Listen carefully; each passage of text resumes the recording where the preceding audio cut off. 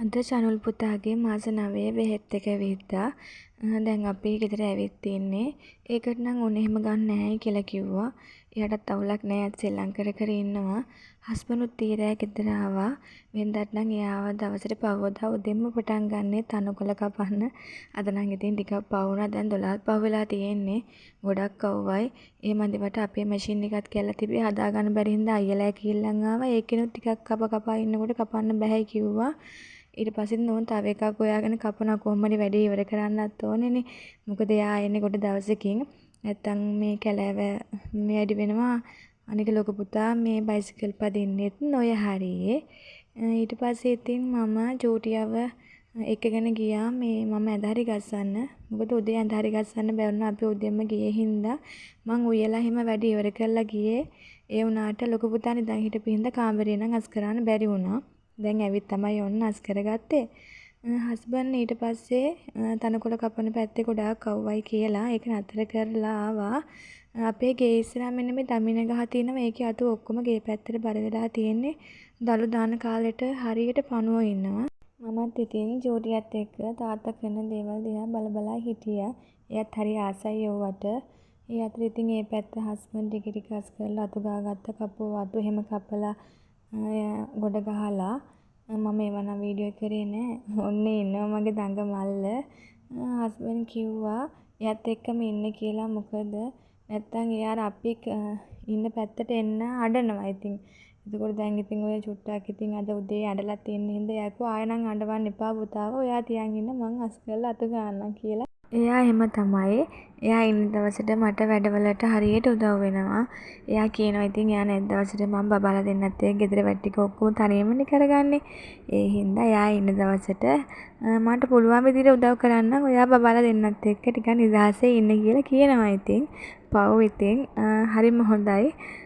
මෙයාගේ තියෙන හොඳ ගතිගුණයක් තමයි මොනතරම් මහන්සි වෙලා හිටියත් මොනතරම් වැඩ ගොඩක් තිබ්බත් පුතා ඇවිල්ලා තාත්තේ අපි චුට්ටක් සෙල්ලම් කරමුද කියලා ඇහුවොත් කවදාවත් බෑ කියන්නෙත් නෑ. අනිකේ වැඩේ කරලා එන්නම් පුතේ චුට්ටක් ඉන්න කියලා කියන්නෙත් නෑ. පුළුවන්කමක් තිබුණොත් ඒ වෙලාවේ ඇවිල්ලා එයාත් එක්ක සෙල්ලම් කරලා එයාගේ චූටි හිත පුළුවන් තරම් සතුටු කරවන්න තමයි බලන්නේ. ඔයාලට පේනවා ඇතිනේ ඉතින් දාඩිය පෙරාගෙන ඔය ඉන්නේ උදේ ඉඳන් වැඩ කරලා ෂර්ට් එකේ දාඩිය පිරීලා.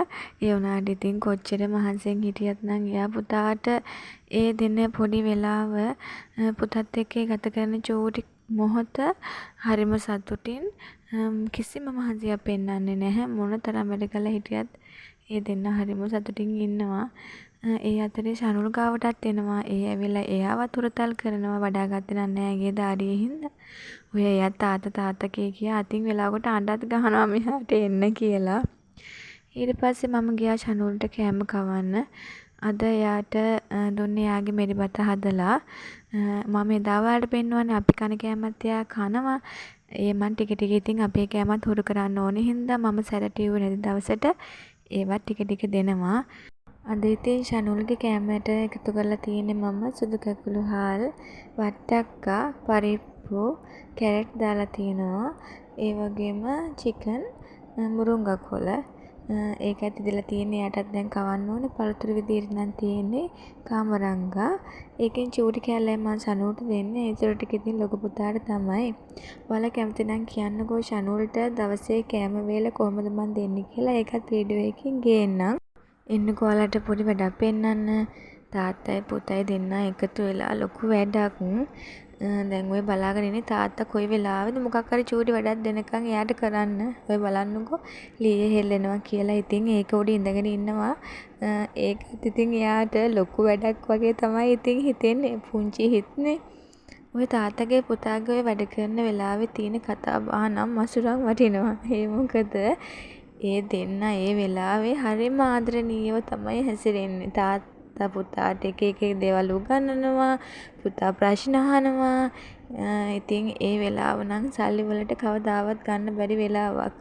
අපි දෙන්නා කොච්චර වැඩ තිබුණත් ඒ දෙන්නාගේ සතුට වෙනුවෙන් පොඩි හරි වෙලාවක් වැය කරන්න අමතක කරන්නේ නැහැ. ඒක තමයි පවුලක සතුට පිරීලා ඉතිරෙන්න එකම හේතුව. ඒ අතරේ බලන්නකෝ අයියා මල්ලිව එල්ලගෙන දැන් හැමතැනම යන්න පුරුදු වෙලා. මල්ලිටත් ඉතින් ඊට වැඩිය දෙයක් නෑ ඉතින්. ඔන්න ඔය චූටි චණ්ඩිය හින්දා තමයි ඔය තාත්තයි අයියයි එකතු වෙලා මෙහෙම දොරට වැටක් හදන්නේ. මොකද අයියා එළියේ සෙල්ලම් කරනකොට මල්ලිගේ වැඩේම එළියට යන එක. මට වැඩක් කරගන්නම නැහැ. ඔන්න දැන් ඉතින් බය වෙන්න දෙයක් නෑ. මට ඕන වැඩක් කරගත්ත හැකි. මොකද එයා එළියට යන්නේ නෑ. ගේ ඇතුළෙම ඉන්න හින්දා. එන්නකෝ කතාවෙන් කතාව පොඩි දෙයක් පෙන්නන්න. මේ තියෙන්නේ ඊයේ හස්බන්ඩ් එනකොට එයාගේ ෆාම් එකේ ඉඳන් ගෙනාපු එළවලුයි පළතුරුයි. මෙතනින් ඉතින් ටිකක් වැඩිපුර තියෙන දේවල් නම් මම අපේ නෑදෑයොන්ටත් දීලා තමයි ඉතින් පාවිච්චි කරන්නේ. වැඩිපුර තියෙන දේවල් ඉතින් පුළුවන් විදිහට හැමෝටම දෙනවා. එතකොට තව දෙයක් කියන්නම්කෝ. අපේ හස්බන්ඩ්ගේ ෆාම් එකේ ඉස්සරහා ඉන්න ඇන්ටි මම දූරියන් කන්න ආසයි කිව්වට පස්සේ මට දූරියන් ගෙඩි දෙකකුත් එවලා තිබුණා. ඒක නම් මෙතන නැහැ. ඒක ගේ පිටිපස්සෙම ගිහින් තිබ්බා. මොකද ඒ සුවඳට ඉතින් ගෙදර අනිත් කට්ටිය එච්චර කැමති නැහැනේ. මම ආස වුණාට. එන්නකෝ තව දෙයක් පෙන්නන්න. අපේ හස්බන්ඩ්ගේ මෑකරල් වගාවේ පළවෙනි හස්බන්ඩ්ත් ඉතින් එයා ගෙදරට ගෙනල්ලා ওই ටික පෙන්නුවේ ඉතින් හරිම සතුටින්. එතකොට තව තියෙනවා එයා ඉන්න පැත්තේ මේ දවස්වල නම් රඹුටන් වැහි වැහැලා. ඒවයිනුත් ගෙනත් තිබුණා ගොඩාක්. ටික ටික හැමෝටම දෙන්නත් ඕනේ. දැන් නම් ගොඩක් රෑ වෙලා. ඉතින් අද දවසේ කරගත්ත වැඩවලින් අපි ටිකක් ඔයාලත් එක්කත් බෙදාගත්තානේ. දැන් නම් ඉතින් ෂනුල් නිදා ගන්න පාටක් නැහැ. ඉතින් අපි ආයේ කෝලම් ටිකකුත් බලලම තමයි ඉතින් නිින්දට යන්න වෙන්නේ. පුංචි දෙයක් කියන්නද මම? පුංචි පැටවෝ ඉන්න ගෙදරක් නම් ඒගොල්ලොත් එක්ක ඉන්න කාලය විනාඩි 5ක්ද 10ක්ද කියන එක නෙමේ. අපි බලන්න ඕනේ ඒගොල්ලොත් එක්ක ඒ ගත කරන කාලය හරිම ආදරෙන් ඉන්න බලන්න. ඒ හොඳටම ඇති ඒ පුංචි හිත්වලට. ඉතින් එහෙනම් ගිහින් එන්නම්. පරිස්සමෙන් ඉන්න.